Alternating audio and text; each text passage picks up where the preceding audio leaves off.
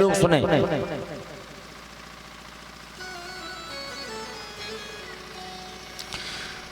कि बरहा पीड़म नटवर वपुः कर्णयो कर्णकारम बिभ्रतवास कनक कपिशं वैजयन्तीं चमालम् रन्ध्राणवेणुरधर सुधया पूरये गोपवृन्दे बृन्दारण्यं स्वपदरमणं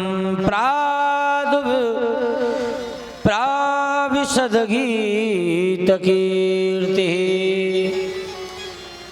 अब बालक तो केवल वन में गए और श्लोकों को बोलना प्रारंभ कर दिया। अब सुखदेव जी महाराज के कान में श्लोक सुनाई दिए तो उनने कहा कि ओहो ये कौन है जिसकी ये बालक इतनी तारीफ कर रहे हैं। तो मोर पंख धारण किए हुए बरहा पीड़म नटवर वपुः, भगवान कैसे हैं हमारे कृष्ण कि मोर पंख धारण किए हुए हैं।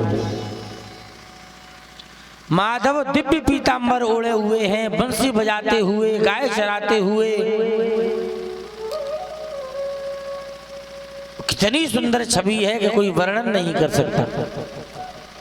जब सुखदेव जी ने समझा कि कोई इतना सुंदर भी संसार में हो सकता है तो क्यों ना मुझे देखना चाहिए, तो सुखदेव जी की थोड़ी समय के लिए नेत्र खुले, पर उनके मन में विचार आया कि जरूरी नहीं कोई सुंदर है तो वो सरल भी हो। कदाचित ऐसा देखने को मिलता है कि जो व्यक्ति सुंदर होता है वो सरल नहीं होता। तो पुनः उन्होंने अपनी आंख बंद कर ली। बोले हमें क्या मतलब, कोई सुंदर हो बना रहे। तो शिष्य लौट करके आए, उन्होंने बताया कि क्या हुआ कि महाराज नेत्र तो खोले पर पुनः बंद कर लिए। तो व्यास जी ने कहा कि अब की बार आप इस श्लोक कर, इस वाले श्लोक को जाकर के बोलो। तो दूसरा श्लोक दिया कि अहो बकीय स्तन कालकूटम जिघांसयाया यदप्यसाध्वी लेभे गतिं धात्रयनुचितां तदोन्यं कंबा दयालुं शरणं व्रजेम।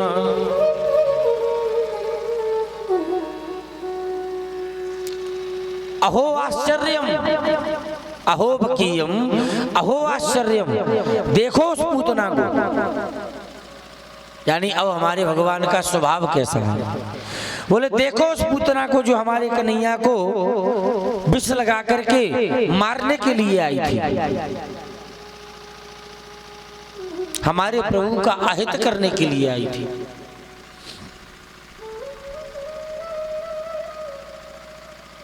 और जैसे ही हमारे प्रभु ने विष युक्त स्तन अपने मुख में लगाया तो वह गति प्रदान कर दी जो पहले यशोदा मैया को प्रदान करनी थी, वो पहले पूतना को प्रदान कर दी कि लेभे गतिम धात्र युषताम ततोन्यम। इतने सरल हैं कि जो गति यशोदा मैया को देनी थी वो गति पूतना को दे दी। पर वो आई भगवान को मारने थी, पर भगवान ने कहा कि जो हमारे पास आ जाए उसको हम कभी जाने नहीं देते। कंबा दयालुम शरणम ब्रजेम। कौन अभागा होगा जो ऐसे परम कृपालु दयालु प्रभु श्री कृष्ण को स्वीकार न करे। तो जैसे ही सुखदेव जी ने विचार किया तो सुखदेव जी तुरंत खड़े हुए और बालकों से पूछने लगे कि बेटा और सुनाओ, हम और सुनना चाहते हैं। तो उन्होंने कहा कि हमको तो इतना ही आता है, अगर और सुनना है तो हमारे गुरुजी बहुत जानते हैं। बोले तुम्हारे गुरुजी कहाँ हैं, चलो अपने गुरुजी के पास ले चलें। तो सुखदेव जी दौड़ते व्यास जी के पास पहुंचे और व्यास जी से जाकर निवेदन किया। तो व्यास जी ने समस्त श्रीमद् भागवत को सुखदेव जी महाराज को पढ़ा दिया, प्रदान कर दिया और तैयार कर दिया।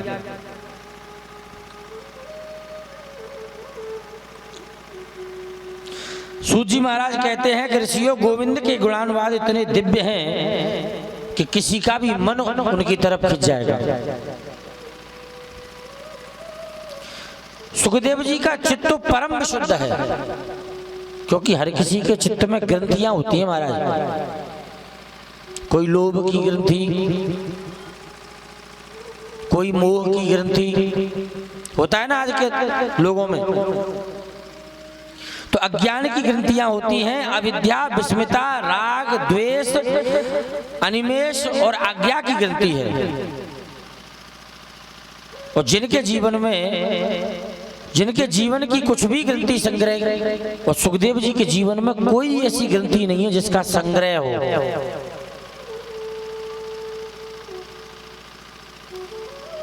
तो ऐसे सुखदेव जी को बैठाकर अपने प्रिय पुत्र को भागवत संहिता को प्रदान किया श्री परम। तो अब तक निर्गुण सत्ता में चित्त पर निष्ठता, आज से सगुण साकार श्री राधा कृष्ण के परम उपासक बन गए सुखदेव जी महाराज। और वहीं भागवत संहिता को आत्मसात करने के बाद उन्हीं सुखदेव जी महाराज ने अवसर आने पर राजा परीक्षित के सामने परोस दिया। तो सुखदेव जी जैसे परमहंस 7 दिन तक उनके सामने बैठे कैसे रहे, जो गोदोहन काल से ज्यादा किसी के यहाँ रुकते नहीं है। ये बड़ी विशेषता वाली बात है। सुखदेव जी महाराज किसी के यहाँ गोदोहन काल से ज्यादा नहीं रुकते थे। किसी के दरवाजे पे अगर गए हैं तो आपने कुछ देना है तो दे दो, या एक गोद होने का जितना समय होता है उतने समय तक खड़े होंगे, वरना आगे बढ़ जाएंगे। तो ऐसे सुखदेव जी महाराज 7 दिन तक एक जगह कैसे बैठ गए? ये तो बड़ा आश्चर्यजनक प्रश्न है।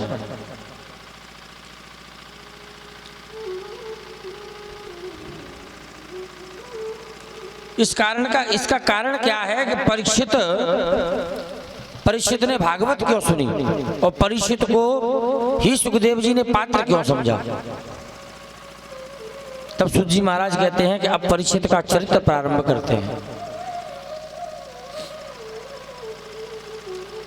कि यथा मृदे कौरव संजयानाम वीरे स्वतो वीरगतिम गतेषु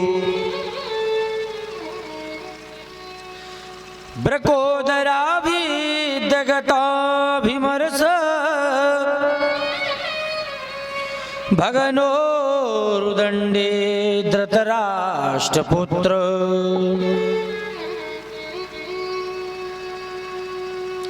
सूत जी कहते हैं कि ऋषियों, उस समय की बात है जब महाभारत के युद्ध में सभी कौरव मारे गए।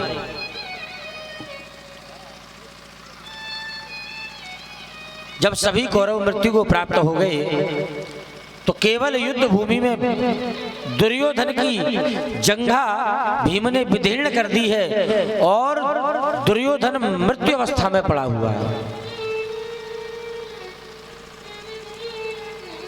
इतनी पीड़ा उसको हो रही है कि वो मर भी नहीं पा रहा है और जी भी नहीं पा रहा है। जब ये पता लगा उसके मित्र अश्वत्थामा को, तो अश्वत्थामा अपने मित्र के पास आया और कहा कि मित्र, अगर मैं द्रोणाचार्य पुत्र अश्वत्थामा अगर अपने मित्र के लिए कुछ करना चाहे तो मैं करना चाहता हूं, अगर कुछ आज्ञा करे तो जो कहेगा वो मैं करूंगा। तो दुर्योधन ने कहा कि मैं एक ही चाहता हूं कि मेरा पूरा वंश नष्ट हो गया। हम 100 भाई थे, एक भी नहीं बचे, पर पांडव आज भी 5 के 5 हैं। मैं चाहता हूं कि तुम मुझे पांडवों के सर ला करके दे दो। अश्वत्थामा ने कहा कि ठीक है। अब अश्वत्थामा वहां से कहकर तो चल दिया। अब वहां से जब निकला तो विचार करने लगा कि मुझे कोई नियम और युक्ति लगानी चाहिए, क्योंकि पांडव तो तेज हैं, मुझे जीवित नहीं छोड़ेंगे, तो पांडवों को मारूं कैसे? और उसी समय भगवान ने युद्ध की विजय श्री के उपलक्ष्य में एक उत्सव रखा जिसमें पांडवों को भगवान लेकर के चले गए। अब इधर पांडवों के 5 पुत्र अपने अपने पिता के विश्राम गृह पर लेटे हुए हैं। अब इधर जो है अश्वत्थामा ने एक काक उल्लू की न्याय का जो है सहारा लिया। काक उल्लू की न्याय समझते हैं आप? उल्लू को रात में दिखता है और कौआ को दिन में दिखता है, तो इसको क्या बोलते हैं? काक उल्लू न्याय। नीति से उसने प्रहार किया, आक्रमण किया रात्रि में, और पांडवों की जगह पांडवों के पुत्रों के सर काट करके ले जा करके बोले, देख मित्र, मैं तेरे लिए तेरे दुश्मन पांडवों के सर काट करके ले आया।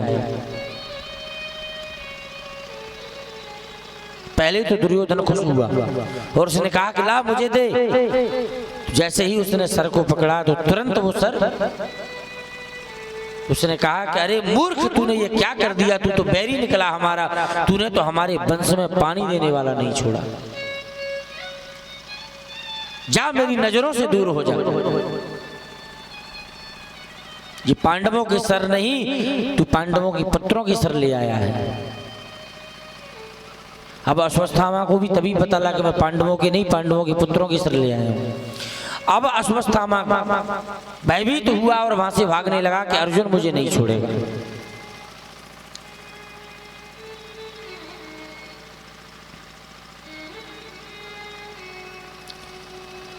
कि माता शिशूनाम निधनम सुतान्याम निशम्य घोरम पतिरप्यमान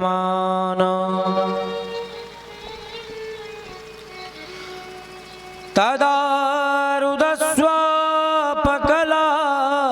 कुलाक्षी ताम सांत्वना किरीटमाली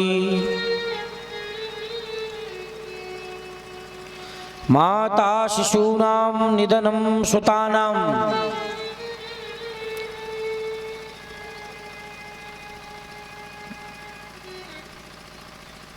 द्रौपदी ने जब आकर के अपने कक्ष में जब अपने पुत्रों के सर कटे हुए देखे और लघु विलुप्त हुआ देखा तो द्रौपदी रोने लगी बिलख बिलख करके।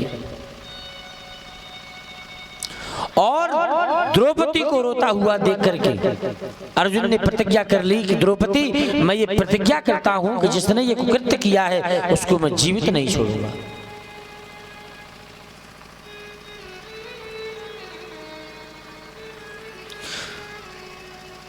तो अर्जुन ने अपना गांडीव उठाया और अपना रथ लेकर के अश्वत्थामा की तरफ भागने लगे। भगवान रथ चला रहे हैं, अर्जुन गांडीव लिए हुए हैं। तो अर्जुन ने कहा कि अश्वत्थामा सावधान। तो अश्वत्थामा भयभीत इतना हो गया कि उसने अपने बचाव के लिए ब्रह्मास्त्र का संधान कर दिया। अब अर्जुन तो घबरा गए, बोले हे केशव, इसने तो ब्रह्मास्त्र चला दिया। तो भगवान ने कहा कि भयभीत ना हो अर्जुन, तुम तो ब्रह्मास्त्र चलाना भी जानते हो और उसको शांत करना भी जानते हो। कभी कभी लोहे को लोहा ही काटता है, तुम भी ब्रह्मास्त्र चलाओ और दोनों को शांत करके अपनी पिनाक में रख लो। शांत किया, अश्वत्थामा को पकड़ा और बांधा। पर भगवान ने वहीं कहा था अर्जुन से कि अर्जुन इसको मार दो, ये अत्याचारी है। पर अर्जुन ने कहा कि बोले अभी नहीं, द्रौपदी के सामने मारे। भगवान हमारे कितने विचित्र हैं कि पहले ही कह दिया कि देखो भाई मार दो, बाद में मत कहना, ये आता ही है। तो जैसे ही बांध करके ले गए अश्वत्थामा को, तो जैसे ही द्रौपदी ने देखा कि अश्वत्थामा को बांध करके लाई है तो द्रौपदी कहने लगी कि मुंचता मुंचता वेश ब्राह्मणो नितराम गुरु। छोड़ दीजिए, ये क्या कर रहे हैं आप? किसको बांध करके लाए हैं? आपको ये पता है? ये आपके गुरु पुत्र हैं, आपके कुलगुरु भी हैं। और जो गुरु आपको अपना सबसे प्रिय शिष्य मानता हो उस गुरु का पुत्र है ये। और तुम उस पुत्र के साथ ऐसा करोगे? अभी मुक्त कर दीजिए इसको। वो बंधन के लिए नहीं, बंधनीय होते हैं। और मैं नहीं चाहती कि जो पीड़ा मैं सह रही हूं वो इस हमारी तुम्हारी गुरुमाता भी सहन करें। जिस प्रकार मुक्त करवाया तो वहां प्रश्न हुआ, भीम ने कहा कि मैं इसको जीवित नहीं छोड़ूंगा। तो अर्जुन ने भगवान से पूछा कि ठाकुर जी क्या करना चाहिए? तो भगवान ने कहा कि ब्रह्म बंधुर न हंतव्य आता ताई बधारण। बोले ब्राह्मण को तो मारना नहीं चाहिए, आता ताई को छोड़ना नहीं चाहिए। अर्जुन ने कहा कि केशव तुम हमेशा टेढ़ी बात करते हो। तो अर्जुन देखो, गुरु का शिष्य के प्रति फर्ज बनता है कि उसकी परीक्षा ले, क्योंकि भगवान ने अर्जुन को गीता का उपदेश किया था। तो भगवान ये जानना चाहते थे कि अर्जुन आज क्या सीखा है मेरी विद्या से। आज ये जो निर्णय लेगा वो मेरी विद्या का ही फल होगा। तो अर्जुन समझ गए और अर्जुन ने अश्वत्थामा के मस्तक में से मणि निकाल करके और अश्वत्थामा को बाहर निकाल दिया, शर्मसार कर दिया। अश्वत्थामा से अपने क्रोध न डांटा गया और अश्वत्थामा ने, जो इनके वंश में एक ही पुत्र बच रहा था, उत्तरा के गर्भ में, अश्वत्थामा ने उस पर ब्रह्मास्त्र का प्रहार कर दिया।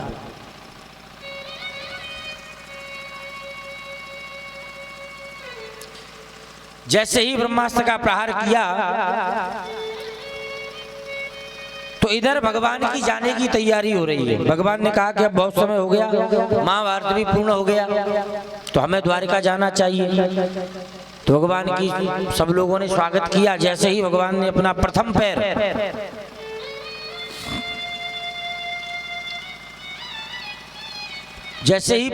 भगवान ने अपना रथ पर रखा तो देखा कि उत्तरा उधर से रोती हुई चली आ रही है, चिल्लाती हुई कि पाहि पाहि महायोगिन देव देव जगतपते नान्यं त्वदभयं पश्येत् यत्र मृत्यु परस्परम। बोले हे महायोगी, हे देवादिदेव रक्षा कीजिए। हे प्रभु, सांसारिक प्राणी तो स्वयं एक दूसरे की मृत्यु का कारण बनते हैं। यहां उत्तरा जी ने भगवान को महायोगी क्यों कहा? क्योंकि भगवान योगियों के योगी हैं, पूर्ण ब्रह्म सनातन। तो भगवान ने उत्तरा से कहा कि उत्तरा तुम शांत रहो और अपने मन में मात्र भाव उत्पन्न करो। और भगवान अंगुष्ठ के अपना स्वरूप बना करके उत्तरा के गर्भ में प्रवेश कर गए और अपना गदा इतनी तेज चलाया कि ब्रह्मास्त्र को शांत कर दिया और उत्तरा के गर्भ की रक्षा की।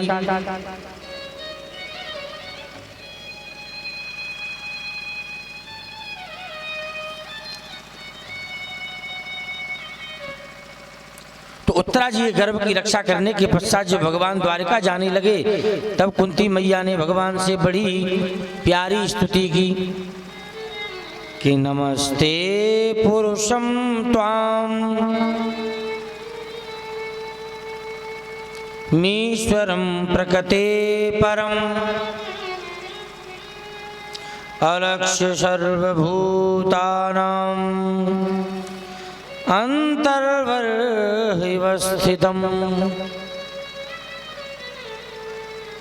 बोले केशव, समस्त प्राणियों के भीतर और बाहर विद्यमान प्रकृति से परे आदि पुरुष परमात्मा को मैं प्रणाम करता हूं। मैं तुझे प्रणाम करती हूं। कितना आश्चर्य है कि प्रभु की आप समस्त प्राणियों के भीतर हैं और बाहर भी हैं, फिर भी दिखाई नहीं पड़ रहे हैं। कन्हैया ने कहा कि बुआ ये क्या कर रही है तू, मुझे प्रणाम कर रही हो? मैं तो तुम्हारा बालक हूं। कुंती ने कहा कि कौन किसका बालक, कौन किसका पिता, तू बहुत चितचोर है कन्हैया। तो भगवान ने कहा कि बुआ कुछ मांग ले, मैं तुझे आज कुछ देना चाहता हूँ, तेरा जीवन निकल गया दुख उठाते उठाते, आज तू कुछ मांग ले। तो कुंती ने क्या कहा कि सुख के माथे सिल पड़े, कि सुख के माथे सिल पड़े, जो हरि हृदय से जाए, बलिहारी बा दुख की जो पल पल नाम रटाए। भगवान ने कहा कि बोले मई बुआ क्या मांग रही है? दुख? नहीं बुआ मैं तुझे दुख नहीं दूंगा। तो कुंती मैया कहती है कि सुख भी मुझे प्यारे हैं।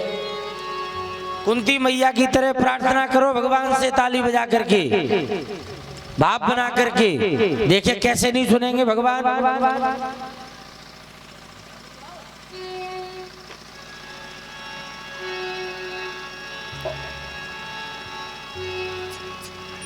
सुख भी मुझे प्यारे हैं,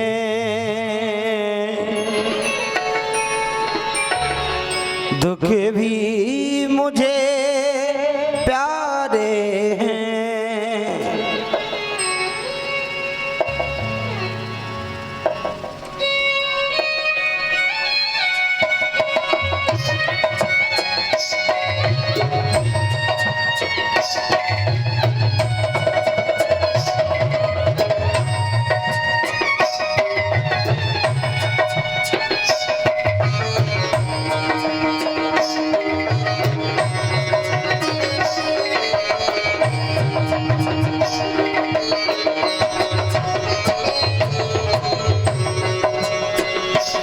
सुख भी मुझे प्यारे हैं, दुख भी मुझे प्यारे हैं। छोड़ूं मैं किसे भगवान,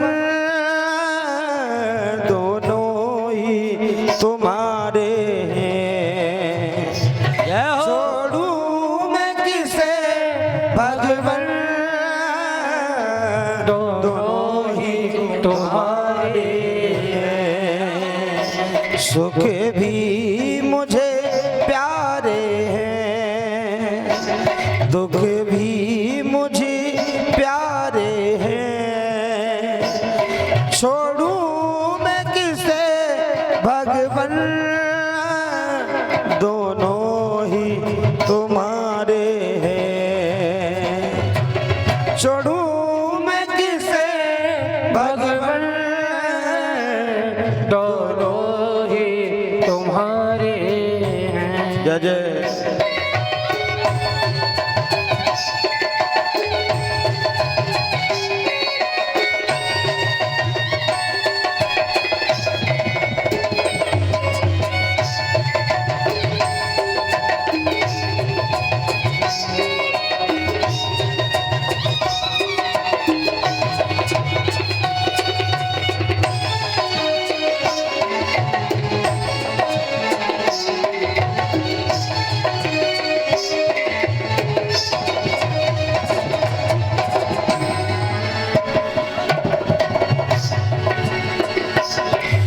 दुख चाहे ना कोई भी, सब सुख को तरसते हैं।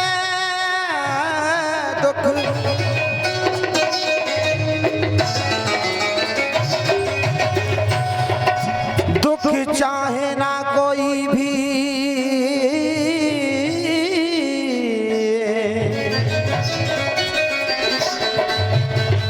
सब सुख को तरसते हैं।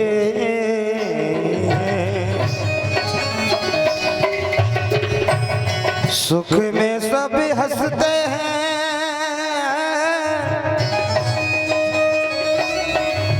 दुख में सब रोते हैं।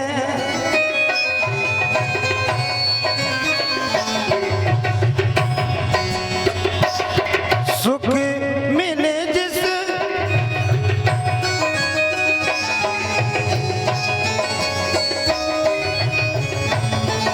जय।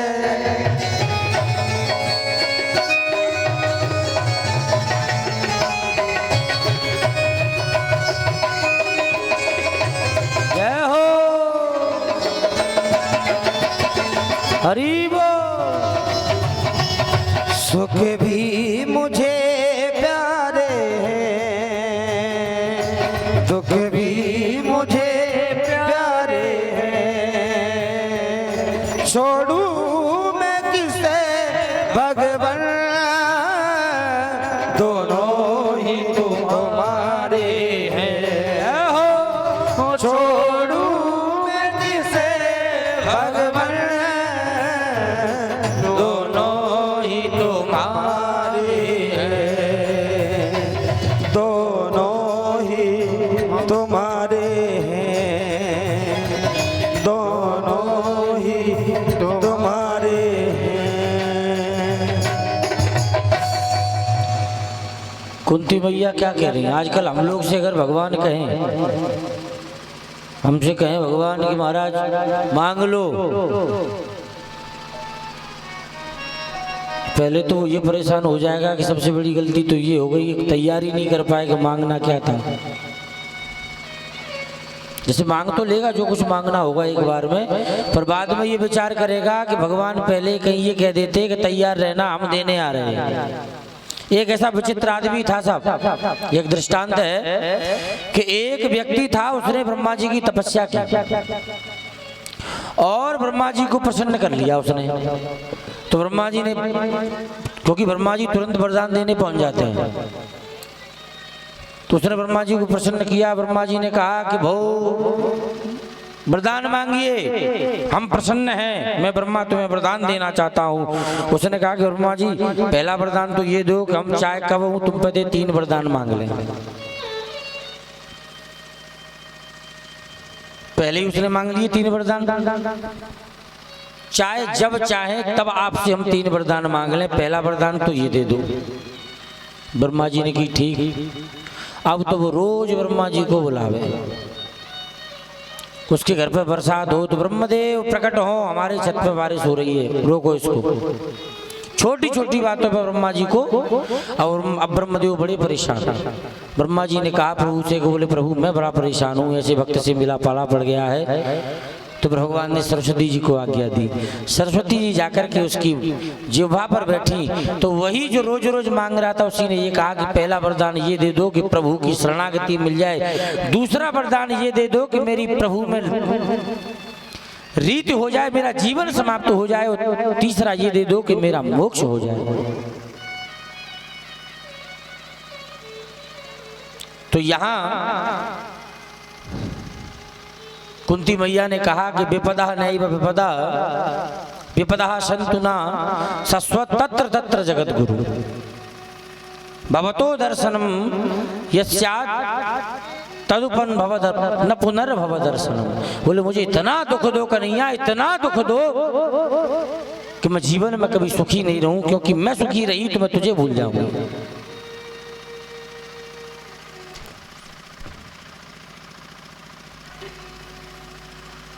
इस प्रकार अपनी बुआ को समझाया, बहुत अच्छा आशीर्वाद दिया। अब इधर भगवान युधिष्ठिर से मिलने के लिए गए, धर्मराज युधिष्ठिर से, तो वो खिन्न मन से बैठे हुए। तो उनको विचार क्या आ रहा था कि जो ये महाभारत जो हुआ, इसमें जितनी भी मृत्यु हुई वो मेरे कारण से हुई, और मैं अपना प्राणांत करना चाहता हूं। तो जैसे ही भगवान ने देखा कि युधिष्ठिर अपने आप पर सारा दोषारोपण कर रहे हैं, तो अब इनको भीष्म पितामह के पास ले जाना बहुत जरूरी है। उधर पितामह 18 दिन से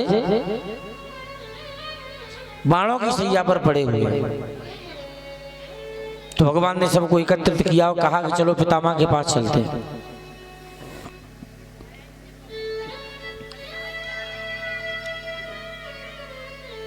तो भगवान श्री कृष्ण ने देखा कि युधिष्ठिर आदि को लेकर के पितामह भीष्म के पास गए और भीष्म पितामह भगवान को प्रणाम करते हुए युधिष्ठिर जी से कहते हैं कि हे राजन, एषा साक्षात ईश्वर अद्य पुरुष नारायण अस्ति।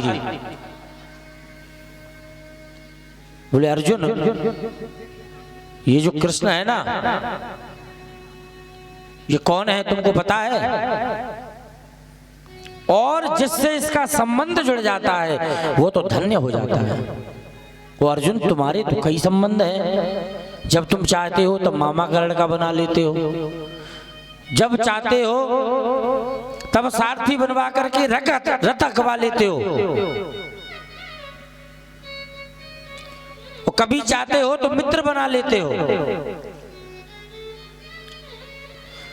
और कभी चाहते हो तो गुरु बनाकर गीता का ज्ञान भी ले लेते हो। और ये बन भी जाता है।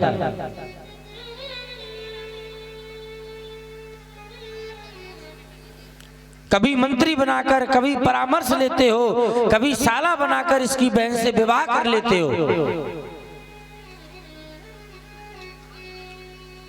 हे अर्जुन, तुम्हारा जीवन धन्य है। देखो, इस बात को कहते हैं धन्य। मैंने कल चर्चा की थी इस विषय पर कि आज कलयुगी लोग किस बात को धन्य मानते हैं कि विवाह कर लिया, धन्य हो गए, बड़ा मकान बन गया, आहा जीवन धन्य हो गया साहब, मकान बन गया, ज्यादा फिर गाड़ी ले ली साहब, धन्य है। कलयुगी वस्तुओं से जीवन कभी धन्य नहीं हो सकता। भगवान राम में और रावण में क्या फर्क था?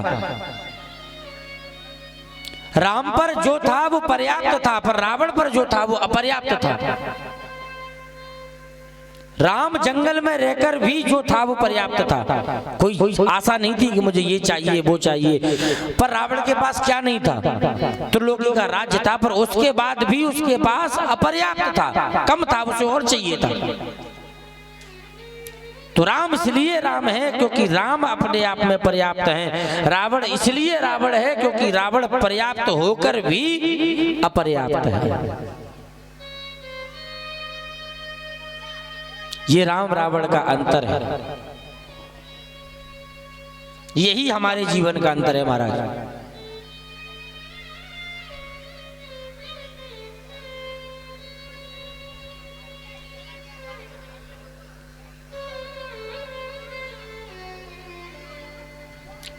तो ये मधुर मुस्कान और लाल लाल नेत्रों से सुशोभित मुख कमल वाले, जब तक मैं इस शरीर को न छोड़ दूं तब तक तुम मेरे सामने खड़े रहना, मैं ये चाहता हूँ। भगवान से प्रार्थना कर रहे हैं भीष्म पितामह।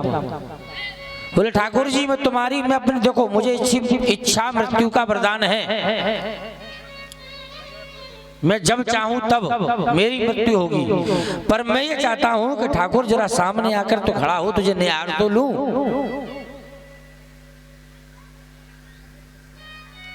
भगवान श्री कृष्ण ने युधिष्ठिर जी को और इशारा किया कि अच्छा समय है, आप जो पूछना चाहो पूछ लीजिए, क्योंकि धर्म का और राजपाट का इनसे अच्छा ज्ञान तुमको कोई दे नहीं सकता। कि दान धर्मान राज धर्मान मोक्ष धर्मान विभागस स्त्री धर्मान भगवत धर्मान क्षमा सत्यासयोगतम्।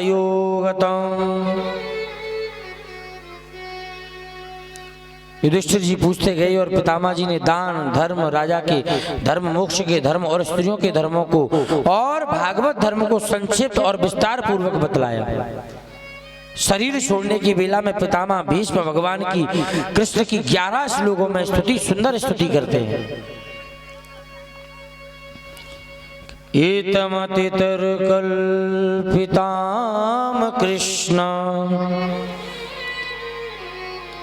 भगवती सात्वत पुंगवे विभूम्नि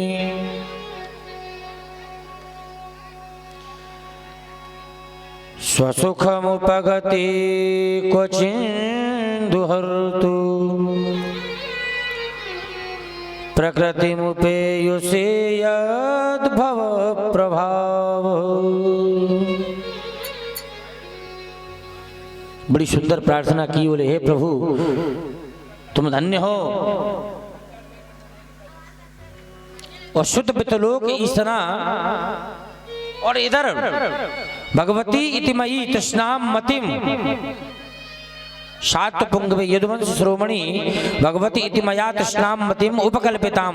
बोले हे भगवान आप मैं अपनी निष्काम बुद्धि को लगा रहा हूँ, क्योंकि प्रभु मेरी पुत्री है, मैं चाहता हूँ कि मैं अपनी मरने से पहले उसका विवाह कर जाऊं। तो भगवान ने कहा कि पितामह तुम तो ब्रह्मचारी हो, वो भी नैष्ठिक, पर तुम्हारी पुत्री कहाँ है? बोले महाराज मेरी जो बुद्धि है ये बिल्कुल पवित्र है और मैं इसका वर्ण तुम्हारे साथ करना चाहता हूँ।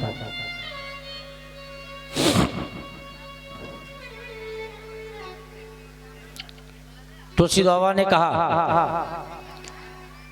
कि सुत बिल लोक ईशनातीनी लोक ईशनाते सुत बित लोक ईशनातीनी सुत बित लोक ईशनातीनी कई के मते न कृतना मलिनी के मत ते के कृतनीनी सुत बित लोक ईसना तीनी और कई के मत इन कृत न मलिनी। मेरी बुद्धि इतनी पवित्र है, इसमें कोई द्वेष नहीं है, मैं इसे तुम्हें सौंप करके और अपने जीवन की ये पूर्ण आहुति करता हूं। इधर सुंदर जो है भीष्म पितामह जी ने भगवान की 11 श्लोकों में प्रार्थना की। इस प्रकार पितामह भीष्म भगवान की सुंदर स्तुति करके निर्गुण ब्रह्म में लीन हो गए और युधिष्ठिर जी राजा बने। जब युधिष्ठिर जी राजा बन गए तो कुछ समय बीता तो भगवान ने कहा कि अब हमें द्वारिका जाना है, तैयारी की जाए, बहुत समय हो गया, हमें द्वारिका पहुंचना है। तो भगवान द्वारिका के लिए चल दिए, सबने उनका स्वागत किया और भगवान द्वारिका पहुंचे तो द्वारिका में भगवान श्री कृष्ण का बहुत स्वागत हुआ, द्वारिकाधीश का। किंतु परीक्षित जी महाराज का क्या हुआ? उधर शौनकादि ऋषि पूछने लगे कि महाराज भगवान तो द्वारिका चले गए, पर इधर जो उत्तरा के गर्भ की जो रक्षा की थी भगवान ने, उसका क्या हुआ? उस पुत्र का जन्म हुआ कि नहीं? तो वहां सूत जी कहने लगे कि परीक्षित जी महाराज का जन्म हुआ। युधिष्ठिर जी ने ब्राह्मणों को उत्तम सुवर्ण गाय, हाथी, घोड़े और आदि का दान दिया और ब्राह्मणों ने प्रसन्न होकर आशीर्वाद दिया और भगवान श्री कृष्ण के द्वारा इस बालक की रक्षा हुई थी। यह बालक संसार में विष्णुरात के नाम से प्रसिद्ध होगा।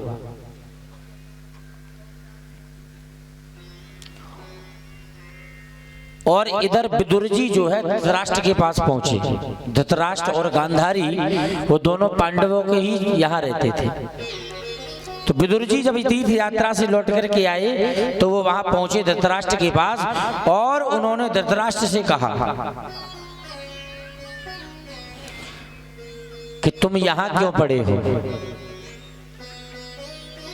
इस प्रकार टुकड़ा तोड़ना अच्छी बात तो नहीं है, इससे अच्छा तो मरना भला।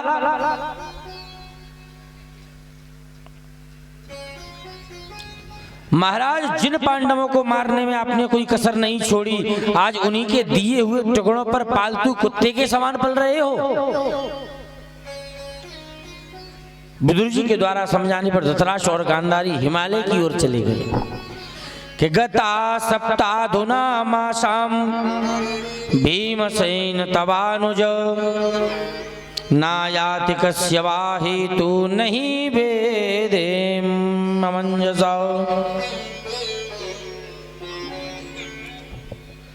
सूत जी महाराज कहते हैं कि जब अर्जुन को द्वारिका गए भगवान के साथ 7 महीने बीत गए महाराज, अर्जुन नहीं लौटे।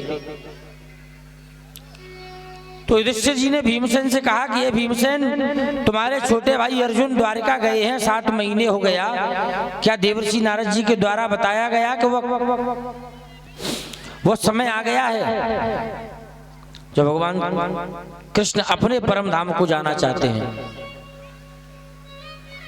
इतने में अर्जुन अश्रुपात करते हुए वहां पहुंच गए। जब युधिष्ठिर ये चर्चा कर ही रहे थे, उतने में अर्जुन रोते हुए युधिष्ठिर के सामने द्वारका से वापस लौटे और उसी समय पहुंचे। तो युधिष्ठिर ने कहा कि हे अर्जुन, द्वारका में सब कुशल तो है, कोई समस्या तो नहीं है, क्यों रो रहे हो? भगवान श्री कृष्ण, तो अर्जुन ने कहा कि बोले भैया, हमारे प्रभु हमारे केशव अपने स्वधाम के लिए गमन कर गए हैं। पूरी कथा सुना दी कि वंचितो हम महाराज, हम भगवान कृष्ण की कृपा से वंचित हो गए। हरिणाम बंधुरूपिणाम एन मे परतम तेजो देव विस्मापनम महत्। भैया, जिनकी कृपा से मैंने समुद्र द्रुपद राजा के घर द्रौपदी को प्राप्त किया था, जिनकी उपस्थिति में मैंने इंद्र को भी परास्त कर दिया था, जिन्होंने दुर्वासा के क्रोध से हमारी रक्षा की थी, जिनके तेज से मैंने भोलेनाथ को युद्ध में आश्चर्य में डाल दिया था, वे प्रभु आज हमें छोड़ करके अपने परम धाम पधार गए हैं। जब इतना सुना तो छोटे से परीक्षित को राजा बनाकर पांडवों ने स्वर्गारोहण किया। पांडव जो भगवान ये सुना तो अपने तुरंत राजगद्दी को त्याग दिया और अपने पुत्र परीक्षित को राजगद्दी देकर के और सब पांडव और द्रौपदी सहित स्वर्गारोहण के लिए हिमालय की तरफ चल दिए। इधर परीक्षित जी का विवाह हुआ ईरावती के साथ, और जिससे उनके जन्मेजय आदि 4 पुत्र हुए। एक बार परीक्षित जी महाराज दिग्विजय के लिए निकले तो परीक्षित जी ने देखा कि एक काला कलूटा पुरुष गाय, धरती और बैल को प्रताड़ित कर रहा है। परीक्षित ने जब कलयुग को मारने के लिए तलवार निकाली कि कौन है तू जो हमारे राज्य में इस गाय और बैल पर तू अत्याचार कर रहा है? जैसे ही कलयुग ने देखा कि परीक्षित मुझे प्राणांत कर देंगे, मेरा सर झुकाकर हाथ जोड़कर पैरों में गिर पड़ा कि महाराज मुझे क्षमा कर दें, मैं कलयुग हूं। बोले क्यों आए हो हमारे राज्य में? मैं तुम्हें आदेश देता हूं कि मेरी राज्य की सीमा त्याग करके चले जाओ, मुझे दिखाई मत देना। तो उसने कहा कि महाराज, तुमने मेरे अवगुण ही तो देखे हैं, एक गुण भी है मुझ में। वो गुण क्या है?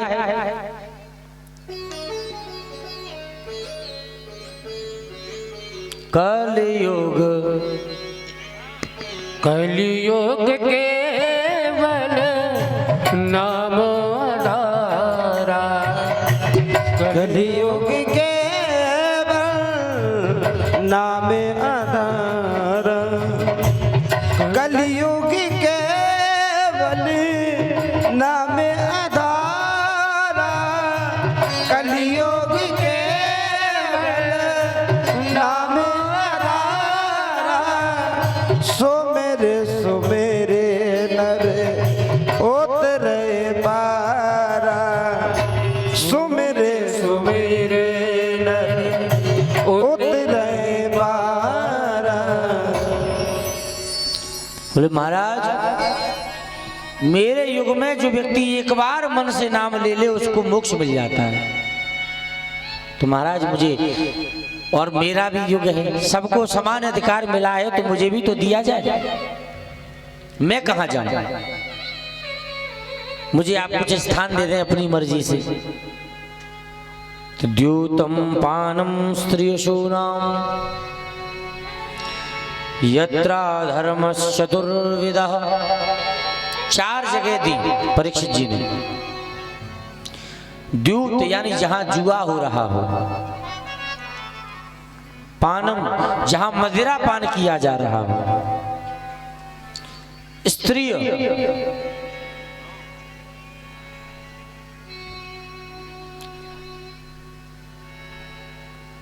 यथा धर्म चतुर्विधम, और एक सबसे फिर स्वर्ण में वास दे दिया। उसने कहा कि बोले महाराज सब आपने गलत दे दिए, कम से कम एक गुण हमें अच्छा है तो एक जगह तो अच्छी दे दीजिए। तो परीक्षित जी ने कहा कि ठीक है, आज से तुम्हारा स्वर्ण में वास होगा, पर कैसे में?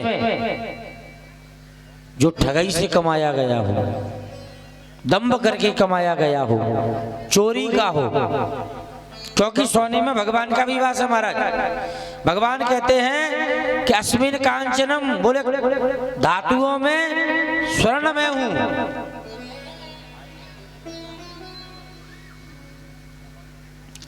तो इधर परीक्षित जी ने उसको वास दिया और इधर परीक्षित अपने राज्य में पहुंचे। एक दिन परीक्षित जी के मन में हुआ कि मैं अपने पूर्वजों के कमरे तो देखूं जाकर के किसमें रखा क्या क्या। एक दिन शिकार खेलने जाना था तो वह कमरा खोला जिसमें जरासंध का मुकुट रखा हुआ था, और वो जरासंध का मुकुट उन्होंने लिया और अपने सर पर धारण कर लिया और शिकार खेलने के लिए चल दिए। और उस मुकुट के प्रभाव से उनकी बुद्धि में कलयुग प्रवेश कर गए। अब परीक्षित ने क्या देखा कि एक महर्षि बैठे हुए हैं, समीक ऋषि, और वो ध्यानास्त मग्न बैठे हुए हैं। परीक्षित ने एक बार कहा कि महर्षि हम आए हैं, राजा परीक्षित हमको जल पिलाने की व्यवस्था की जाए। वो समाधि से थे, उनको पता नहीं चला, वो नहीं बोले, खड़े नहीं हुए। तो राजा परीक्षित ने क्रोध बस आकर के वहां मरा हुआ सर्प डला हुआ था उसको उठा करके और उनकी गले में डाल दिया और चले गए। यह कर्म जो है उनके एक शिष्य ने देखा और उस भाग करके गया और रोते रोते अपने उनके पुत्र जो थे श्रृंगी ऋषि, उनको जाकर के उसने बता दिया कि आज तुम्हारे पिता के साथ ऐसा ऐसा हुआ है। और पुत्र ने क्रोधवश श्राप दे दिया कि इति लंघित मर्यादम तक्षका शब्द में हनी दक्षयन्ति स्म कुलांगार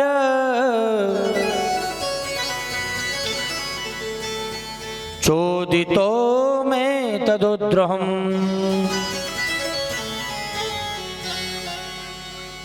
तो मर्यादा का उल्लंघन करने वाले कुल के कलंक राजा, मैं तुम्हें श्राप देता हूं कि आज के 7वें दिन तक्षक नाग के डसने से तुम्हारी मृत्यु हो जाएगी। इधर परीक्षित जी ने अपने कृत्य पर पश्चाताप किया। जैसे ही राज महल में पहुंचे, अपने मुकुट को उतार करके रखा तो उनको याद आया कि ये मैंने कर क्या दिया, आज मैंने एक महात्मा का अपमान कर दिया। इस शरीर से जिस महात्मा का अपमान हुआ है, मैं ये शरीर एक क्षण के लिए नहीं चाहता। इतनी देर में समीक ऋषि ने अपना एक शिष्य पहुंचाया कि जाओ राजा परीक्षित को जाकर के खबर कर दो कि हमारे पुत्र ने उनको 7 दिन में मरने का श्राप दे दिया है, तो वो अपनी मृत्यु का कोई उपाय सोचे। परीक्षित को जाकर के उसने बताया और कहा कि आपको श्रृंगी ऋषि ने श्राप दिया है कि आपकी 7वें दिन मृत्यु हो जाएगी, तो आप अपनी मुक्ति का कोई उपाय या साधन खोज लें। तो तुरंत परीक्षित जी ने अपने राज्य को अपने पुत्र जन्मेजय को सौंप दिया और वहां से अपने परिवार को छोड़कर के सीधे गंगा किनारे आकर के बैठ गए। और वहां जब संसार में सबको पता लगा, समस्त संसार के ऋषि मुनि वहां आने लगे और राजा परीक्षित सबसे यही पूछ रहे हैं कि मुझे क्या करना चाहिए, मैं 7 दिन में मरने वाला हूं और मैं ऐसा, कोई व्यक्ति अगर 7 दिन में मरने वाला हो उसे जीवन में क्या करना चाहिए।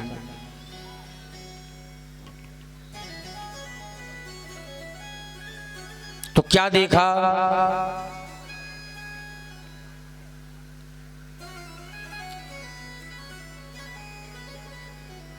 जिसके पास 7 ही दिन हो कि म्रियमाणस्य किम कर्तव्य हो। सब संत महात्मा विचार ही कर रहे थे कि इतने में साक्षात भगवान व्यासपुत्र सुखदेव के रूप में वहां पहुंच गए कि तत्राद्भवत भगवान व्यासपुत्रो यद्रक्षयागामटमानो नपेक्ष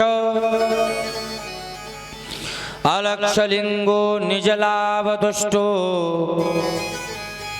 वृद्धस्य बालैरवधूतवेश। उसी सभा में हजारों महात्मा हजारों ऋषि बैठे हुए हैं और उसी सभा में हमारे श्री सुखदेव जी महाराज का आगमन हो रहा है। बोलिए सुखदेव भगवान की। हम सभी सुखदेव जी महाराज का दर्शन करेंगे और हमारे बड़े भैया योगेश जी महाराज जी जो भी कथा व्यास हैं वो आपको सुंदर सा भजन श्रवण कराएंगे। बोलिए सुखदेव भगवान की। आप भी दर्शन करें और पूजन करें।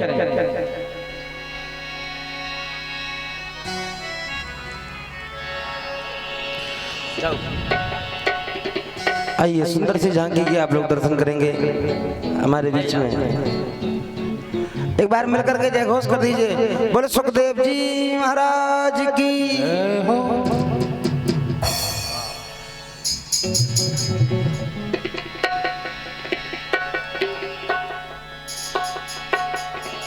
हरि नाम गाले सहारा मिलेगा। थोड़ा सा बोले बढ़ा दीजिए। ये वही सुखदेव जी हैं जिन्होंने राजा परीक्षित को मुक्ति से मृत्यु से अभय प्राप्त कर दी। तो आप भी तालियां बजाकर सुखदेव जी का पूजन और स्वागत में आनंद से झूम जाएंगे। प्रभु नाम गाले सहारा मिलेगा। हरि नाम गाले सहारा मिलेगा। हो प्रभु नाम गाले सहारा मिलेगा। हरि नाम गाले बोलो सहारा मिलेगा। सहारा मिलेगा सहारा मिलेगा। सहारा मिलेगा सहारा मिलेगा। सहारा मिलेगा सहारा मिलेगा। या सहारा मिलेगा। हो प्रभु नाम गाले सहारा मिलेगा। हो प्रभु नाम गाले सहारा मिलेगा। प्रभु नाम गाले सहारा मिलेगा। हो प्रभु नाम गाले सहारा मिलेगा। बजाओ ताली।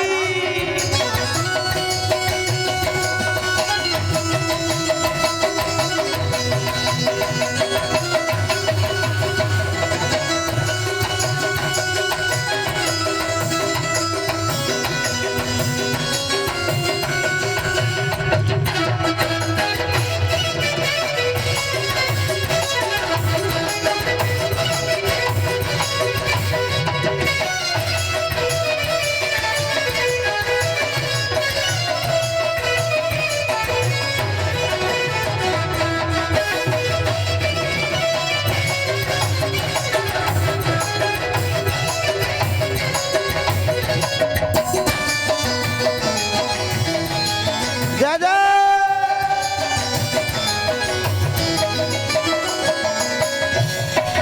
चुभेंगे न दुख दर्द त्रिशूल बन के। चुभेंगे न दुख दर्द त्रिशूल बन के। महकने लगोगे एक फूल बन के। महकने लगोगे एक फूल बन के। हो महकने लगोगे एक फूल बन के। महकने लगोगे एक फूल बन के। जब उनकी कृपा का इशारा मिलेगा। जब उनकी कृपा का इशारा मिलेगा। जब उनकी कृपा का इशारा मिलेगा। जब उनकी कृपा का इशारा मिलेगा। ओ हरि नाम गाले सहारा मिलेगा। ओ हरि नाम गाले सहारा मिलेगा। मिलेगा, हरि नाम गाले सहारा मिलेगा, ओ हरि नाम गाले सहारा मिलेगा, सहारा मिलेगा, सहारा मिलेगा, सहारा मिलेगा, सहारा मिलेगा, सहारा मिलेगा, सहारा मिलेगा, सहारा मिलेगा, सहारा मिलेगा, हरि नाम गाले सहारा मिलेगा, ओ हरि नाम गाले सहारा मिलेगा, ओ प्रभु नाम गाले सहारा मिलेगा, ओ प्रभु नाम गाले सहारा ताली मिलेगा। बजाते हुए जय हो।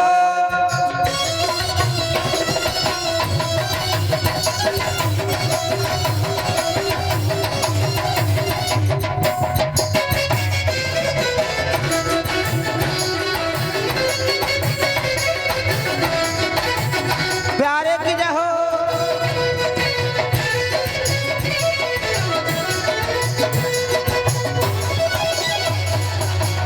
ए हरि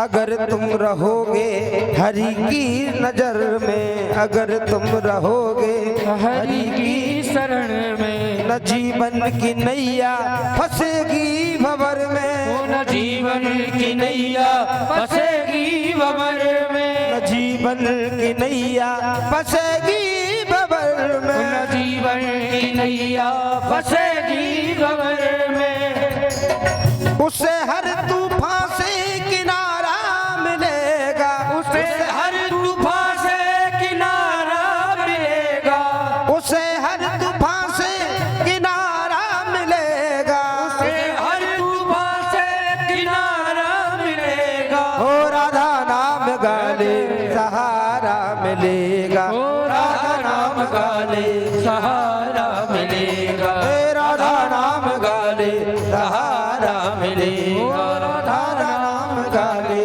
सहारा मिलेगा। देखिए पूजन का क्रम चल रहा है, बारी बारी से सभी को सुखदेव जी का पूजन करना है, पूजन भी करते जाएं और भजनों का आनंद भी लेते जाएं। हाँ, पूजन का क्रम चल रहा है, सभी लोग पूजन कर लें, उसके बाद भगवान की आरती होगी अभी। मस्ती में झूमते हो, ताली के सब लगाते बोलते रहिएगा, ओ हरि नाम गाले सहारा मिलेगा, हरि नाम गाले सहारा मिलेगा, ओ प्रभु नाम गाले सहारा मिलेगा, ओ प्रभु नाम गाले सहारा मिलेगा। जय जय।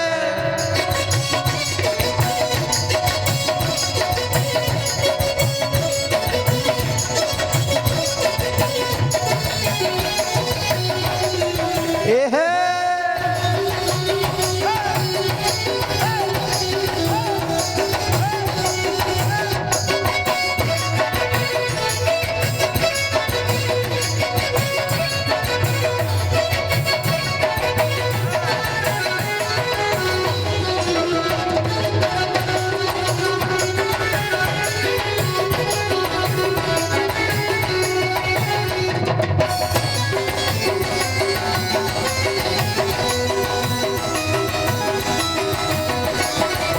रहो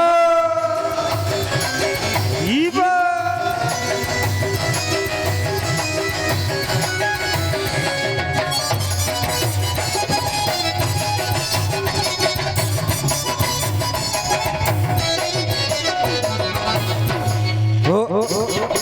अगर दास दिल से पुकारोगे उसको, अगर दास दिल से पुकारोगे उसको, जो दिल की नजर से निहारोगे उसको, जो दिल की नजर से निहारोगे उसको, जो दिल की नजर से निहारोगे उसको, जो दिल की नजर से निहारोगे उसको, तुम्हें दर्श का भी नजारा मिलेगा, तुम्हें दर्द का भी नजारा मिलेगा, तुम्हें दर्श का भी नजारा मिलेगा, तुम्हें दर्श का भी नजारा मिलेगा,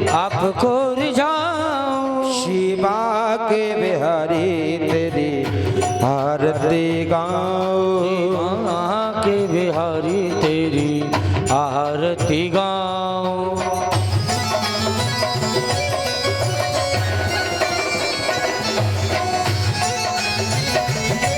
ताली की सेवा करते रहिएगा। जय जय।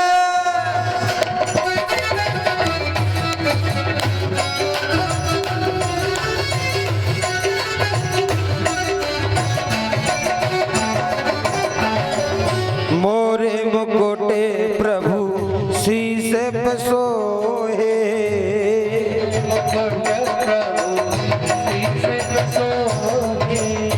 प्यारी बंसी मेरो मन मोहे, प्यारी बंसी मेरो मन मोहे। हो प्यारी बंसी मेरो मन मोहे, प्यारी बंसी मेरो मन मोहे। ये देख छवि बले हारी में जाओ, छवि पर हारी में जाओ। श्री माँ के बिहारी तेरी आरती गाओ, माँ के बिहारी तेरी आरती गाओ। जय जय।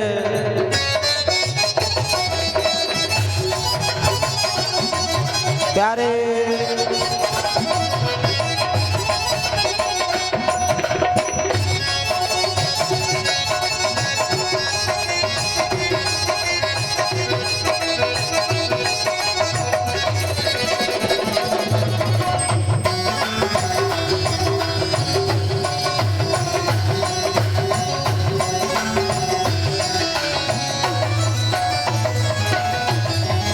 चरणों से निकली है गंगा जी प्यारी, चरणों से निकली है गंगा प्यारी। जिसने सारी दुनिया तारी,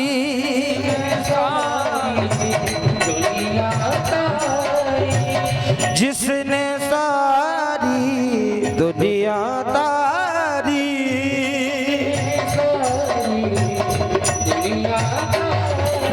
हे उन चरणों के दर्शन पाओ,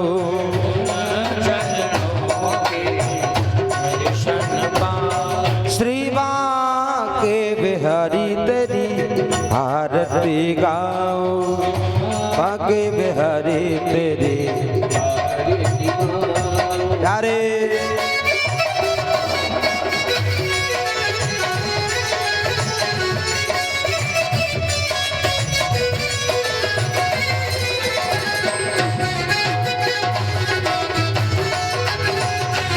हरि बोल।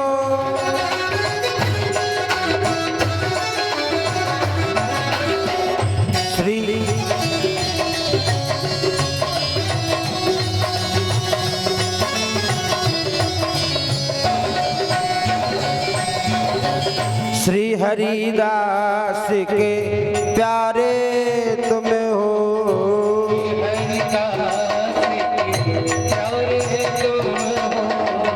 श्री हरिदास के प्यारे तुम हो,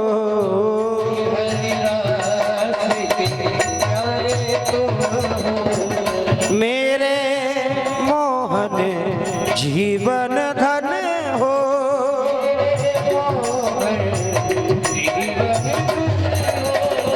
मेरे मोहन जीवन धन हो,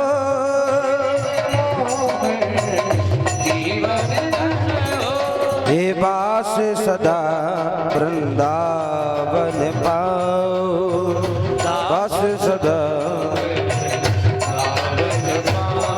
शिवा के बिहारी तेरी आरती गाओ,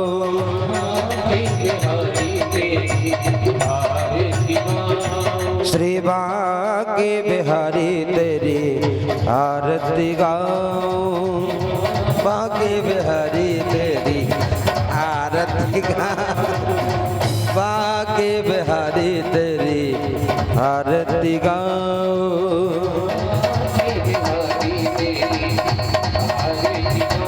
तेरे आरती गाओ तेरे आरती गाओ तेरे आरती गाओ